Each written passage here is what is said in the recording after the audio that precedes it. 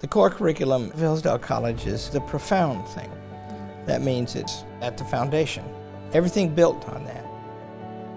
It's an assembly of things, the knowledge of which is really essential to realize our full humanity. You know, a lot of students come in and they say, well, why do I have to take a science course? You know, this is not part of the liberal arts. Having a good understanding of the sciences helps you better integrate your other understandings within the other fields. Mathematics and philosophy have a lot to say to one another.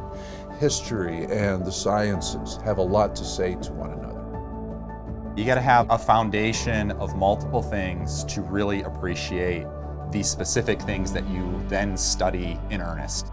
It's about realizing our full intellectual, moral, spiritual, and social political humanity. We're dedicated to studying the highest things that human beings can know.